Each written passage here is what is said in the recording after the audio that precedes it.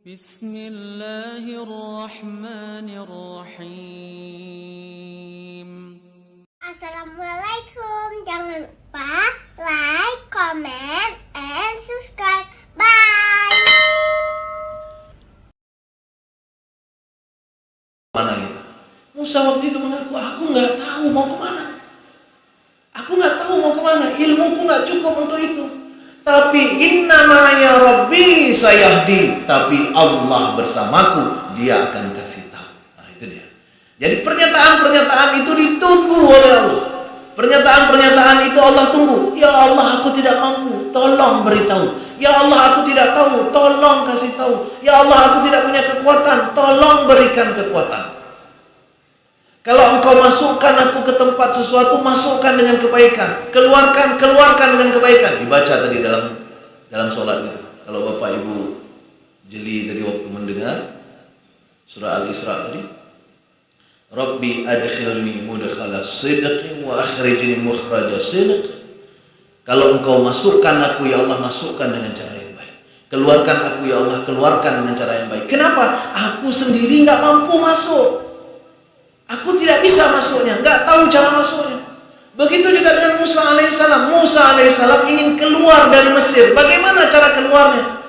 Kalau keluar dari Mesir harus berenang melalui Laut Merah. Tadi berat. Bisa sampai memang ke seberang, tapi udah meninggal mungkin. Ya kan? Maka Rabbi adkhilni mudkhala sidq. Engkau masukkan aku, ya Allah, tolong masukkan dengan cara yang baik. Allah buat caranya. Gimana Allah buat caranya? Allah buat jalannya. Masuk kemudian ke Palestina dengan cara yang sederhana, baik.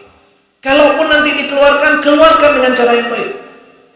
Di ujung, waj'alni min ladun sultanan nasir, dan jadikan bagiku kekuatan yang akan menolongku, ya Allah. Ini pengakuan penting sidang jamaah yang dirahmati Allah SWT. Dan tanpa disadari oleh banyak orang, ternyata ini titik tolak dari Isra Mi'raj. Apa titik tolak dari Isra Mi'raj? Pengakuan Nabi di Taif tadi. Nabi mengaku kepada Allah, ya Allah, aku tidak tahu lagi mau kemana. Karena setelah semua kejadian terjadi tadi, setelah diboikot di Mekah, setelah Khadijah wafat, setelah Abu Thalib meninggal, setelah Abu Lahab jadi pemimpin bangsa mereka, setelah diusir dari Mekah, Nabi masih berharap mendapat pertolongan di Taif. Nabi masih berharap mendapatkan pertolongan di Taif. Belum habis menyerahkan kepada Allah SWT. Masih berharap di Taif mungkin mereka mau mendukung. Sampai ke Taif, Allah desain juga orang Taif tidak mau terima. Orang Taif bukan orang jahat, cuma mereka tidak tahu saja. Dan itu yang dikatakan oleh Nabi SAW ketika malaikat menawarkan bukit untuk dilemparkan kepada mereka. Kata Nabi SAW, la, innahum qawmun la ya'lamun. Jangan, mereka kayak gitu karena mereka nggak tahu. Ya. Karena mereka nggak tahu, didoakan lagi oleh Rasul supaya mereka nanti akan mendapatkan keturunan yang taat kepada Allah, tidak mempersekutukan Allah, dan doa Rasul itu diterima. Lahirlah orang-orang yang hari ini justru menjadi pemimpin imam dunia. Siapa salah satunya? Syekh Sudais. Syekh Sudais itu dari Taif. Kebayang nggak? Berarti kakek nenek Syekh Sudais itulah yang lempar Nabi itu. Tapi beda pakai aneh. Begitu ketemu dengan Syekh Sudais di Masjidil Haram, kita langsung bilang, ini berarti keturunan pelempar Nabi, gitu kan? Jangan. Ya. Syekh Sudais adalah orang Taif. Dan hari ini siapa Syekh Sudais? Bukan sekedar imam Masjidil Haram, tapi kepala imam yang menentukan siapa yang boleh masuk jadi imam di Masjidil Haram. Syekh Sudais hari ini. Siapa Syekh Sudais? Orang Taif yang nenek moyangnya adalah pelempar Nabi, menolak dakwah Nabi. Maka sidang jemaah yang dirahmati Allah Subhanahu wa taala, Allah desain demikian. Kebetulan saja orang Taif yang kena desain sama Allah. Bukan masalah siapa jahat siapa benar. desain demikian. Untuk apa? Supaya Nabi mengalami yang seperti itu. Kemudian keluar kata-kata Nabi yang kita sebutkan tadi. Ya Allah, aku mengadukan kelemahanku. Hina aku di hadapan manusia, tidak dihargai oleh mereka. Engkau Tuhanku, Tuhan orang-orang lemah ya Allah. Wa anta rabbi, dan engkau Tuhanku. Sampai kata Nabi SAW setelahnya adalah, setelah ini mau kemana lagi engkau bawa aku ya Allah. Nabi sadar sesadar-sadarnya bahwa ketika beliau ke Taif pun bukan beliau yang jalan sendiri, Allah yang membawanya. Kenapa? Memang Allah desain itu. Allah desain supaya Nabi dibawa oleh Allah ke Taif supaya mengalami peristiwa tadi. Itu apa? Karena bagian pentingnya adalah hatta yaqula rasul walladzina ma'ahu mata nasrullah. Walladzina amanu ma'ahu mata nasrullah. Karena Allah menunggu-nunggu kalimat itu. Allah menunggu-nunggu kalimat penghambaan kita, kalimat pengakuan kita. Karena itu jangan khawatir untuk menghadapi masalah. Datang akui sama Allah, sederhana. Ada agama sebelah yang akunya sama pastor. Ya kan? Nanti kalau kita punya masalah, datang ke jendela kecil, ngaku sama father, sama pastor. Menariknya adalah si father itu pun punya masalah. Alih bakso itu gal, ya kan? Maka sidang jemaah yang dirahmati Allah Subhanahu wa taala, kita tidak perlu perantara. Kita datang langsung kepada Allah, dan semua orang punya hak yang sama untuk mengakses Allah. Semua punya hak yang sama mengakses Allah. Makin merasa lemah kita, makin Allah suka. Itu sebabnya saya pernah melihat orang-orang yang bahkan dengan terang-terangan melakukan maksiat. Itu waktu Aceh mula-mula dibuat syariat Islam. Jadi orang-orang perempuan yang nggak suka pun terpaksa pakai hijab. Jadi kalau naik pesawat, ada cewek-cewek sosialita itu, kalau naik pesawat mau ke Jakarta, galomipo pesawat, kayu buka jilbab. Kenapa? Sudah mulai meninggalkan Aceh. Itu saya lihat dengan mata kepala sendiri. Karena saya duduk di samping mereka, bukan di samping mereka, Maksudnya, mungkin bapak-bapak langsung berpikir, tak candro nah, bukan di samping mereka, maksudnya di bangku sebelahnya, mereka sebelah sini. Pesawat kan ada lorong di tengah, ya. Saya lihat itu, begitu pesawat belum lagi berangkat, pramugari lagi berada di depan untuk ngasih kabar dan sebagainya, dia sudah buka jilbab.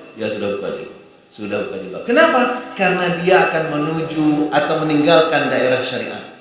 Karena jilbab tadi terpaksa, dan melepas jilbab itu maksiat. Tapi begitu sampai di Palembang, di atas Palembang, turbulens berat, jatuh pesawat. Iya, yang udah buka jilbab tadi mungkin nggak sempat lagi ambil jilbab di tasnya, tapi komat kamit dia langsung mengaku lemah di hadapan Allah Subhanahu wa taala. Apa yang dia baca, wallahu alam, yakin saya yang dia baca minimal subhanallah, la ilaha illallah, Allahu akbar, apa saja yang memungkinkan, dan semua kalimat thayyibah itu intinya cuma satu. Apa intinya? Aku mengaku lemah, aku mengaku salah, ampuni aku ya Allah. Cuma itu saja yang dibaca oleh Ustaz Zul tadi, panjang, banyak, tapi intinya cuma satu. Apa intinya? Aku lemah, aku bodoh, aku berdosa, engkau maha suci, engkau segalanya, ampuni ya Allah. Itu saja. Jadi sudah sebegitu pun, tapi begitu turbulen datang, kita akan mengakui kelemahan kita. Itu sebabnya Allah kasih kepada kita juga, bukan Muhammad SAW. Allah kasih kepada kita juga turbulen dalam hidup. Karena kalau nggak turbulen, nggak ingat kita untuk mengakui kita lemah. Tapi Kihayu Hadrol, ya kan? Dikasih turbulen oleh Allah sekali-sekali. Supaya apa? Supaya kita bilang sama Allah, la ilaha illallah, Allahu akbar. Entah apa saja yang keluar, itu semuanya adalah pengakuan. Mengaku lemah di hadapan Allah Subhanahu wa taala. Dan ini bukan doa orang kalah, tapi ini adalah pengakuan. Dan Allah menunggu pengakuan ini. Itulah yang saya sebutkan tadi. Sebenarnya agama-agama sebelumnya orientasinya juga pengakuan, tapi mengaku kepada Allah. Cuma sayangnya agama itu kemudian melenceng, muncullah orang-orang suci yang mereka anggap perantara antara umat dengan Allah, dan orang suci inilah yang menjadi hub istilahnya, yang menjadi hub untuk mengaku kepada dia. Sampai-sampai kemudian orang-orang yang sudah berdosa banyak-banyak datang ke orang suci ini ngaku, nanti orang suci ini akan keluarin surat sudah mengaku sudah diampuni dosa, teken. Makanya namanya surat pengampunan dosa. Itu sebabnya setelah itu ada yang nggak sepakat dengan itu, protes mereka, maka lahirlah namanya Protestan.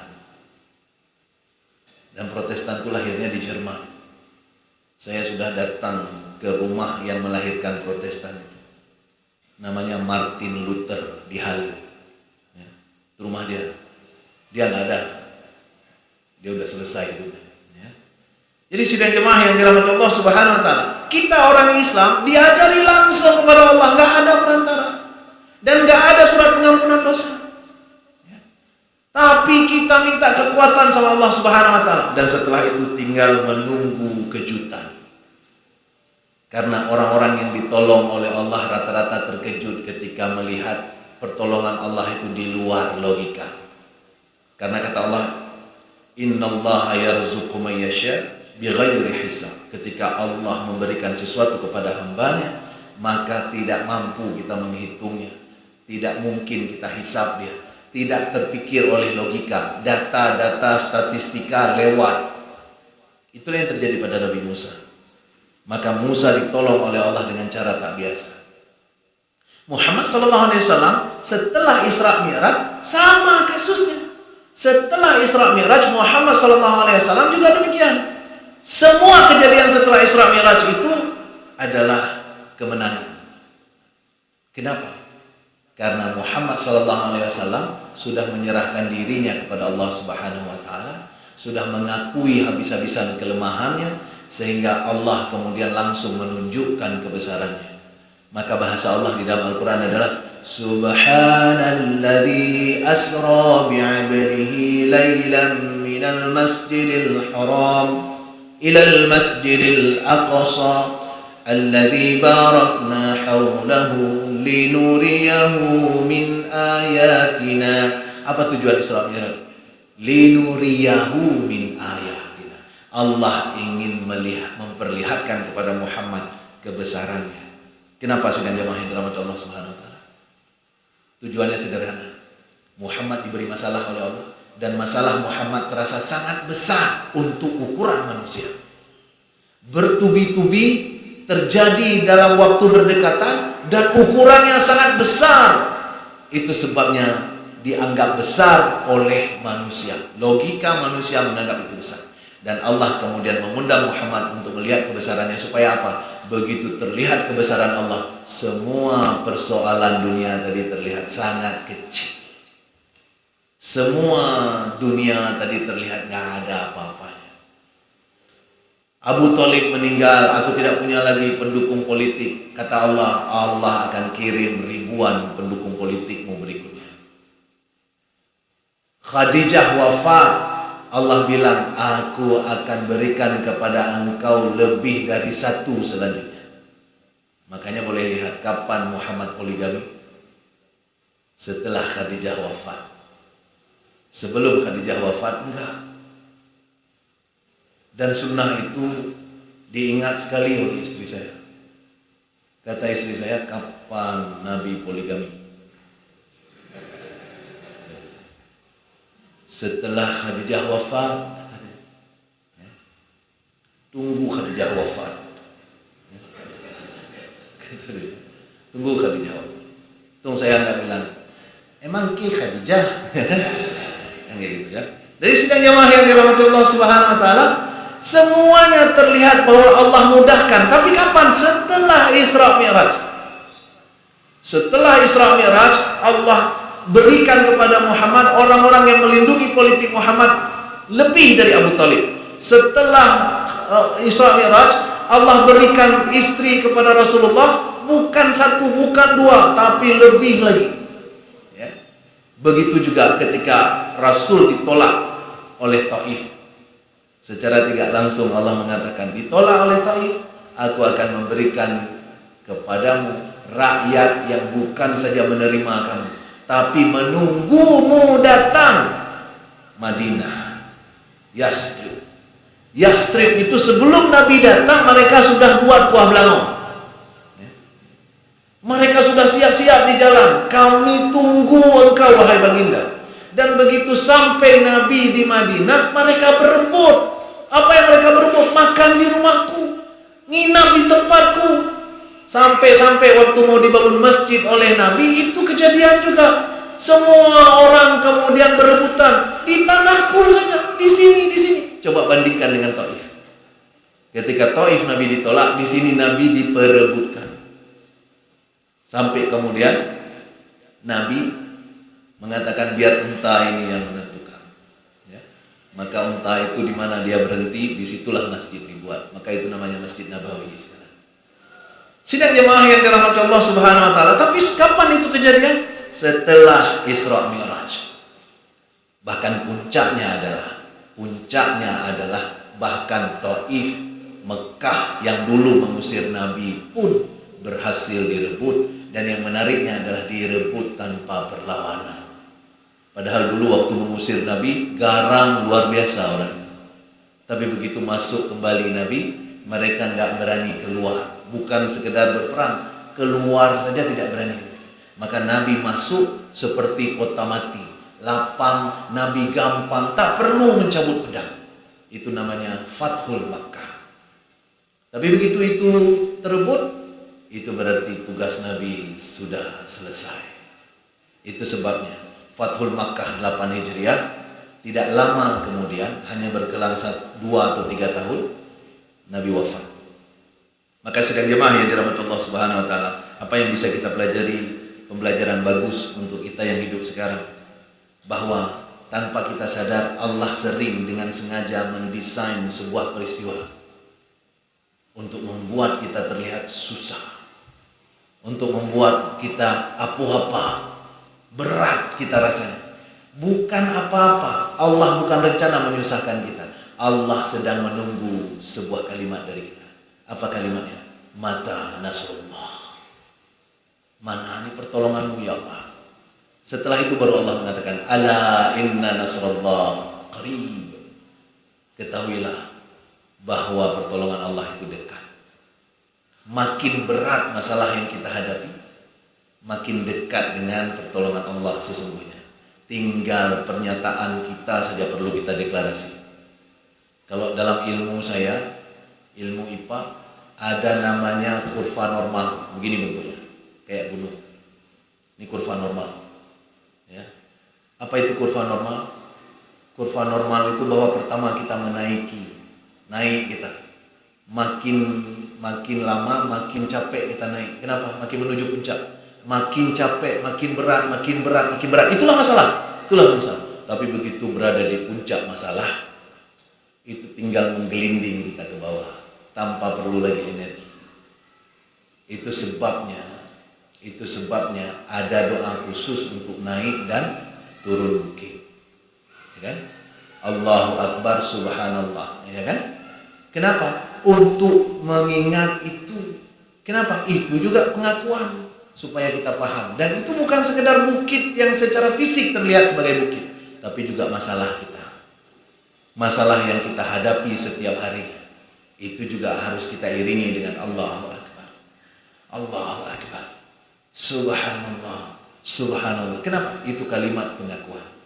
Karena itu sidang jemaah yang dirahmati Allah Subhanahu Wa Taala, mari membiasakan diri kita untuk menyadari bahwa kita lemah, kita adalah hamba, sehingga pernyataan-pernyataan pengakuan dari kita itu ditunggu-tunggu oleh Allah.